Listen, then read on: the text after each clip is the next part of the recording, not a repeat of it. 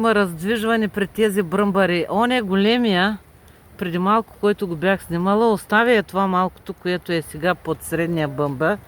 И той е средния, го взима. А големия, вижте го къде е. Той какво прави, не знам. Той ли пие от сока? Не пие никакъв сок. Просто е върху сока и на къде отива. В интернет пише, че това са изключително интелигентни бръмбари рогачи. И не само, че са интелигентни, ами са и много... Какви бяха, бе? Интересни.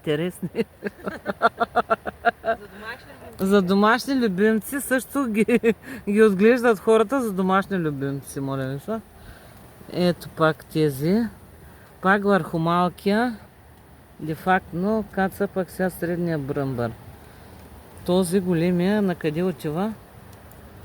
Не са знали са. Сега ще видим.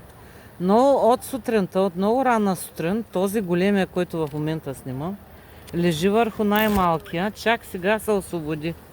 Чак сега го освободи от фатката си и другия го взе в... Може би го прегръща или не знам.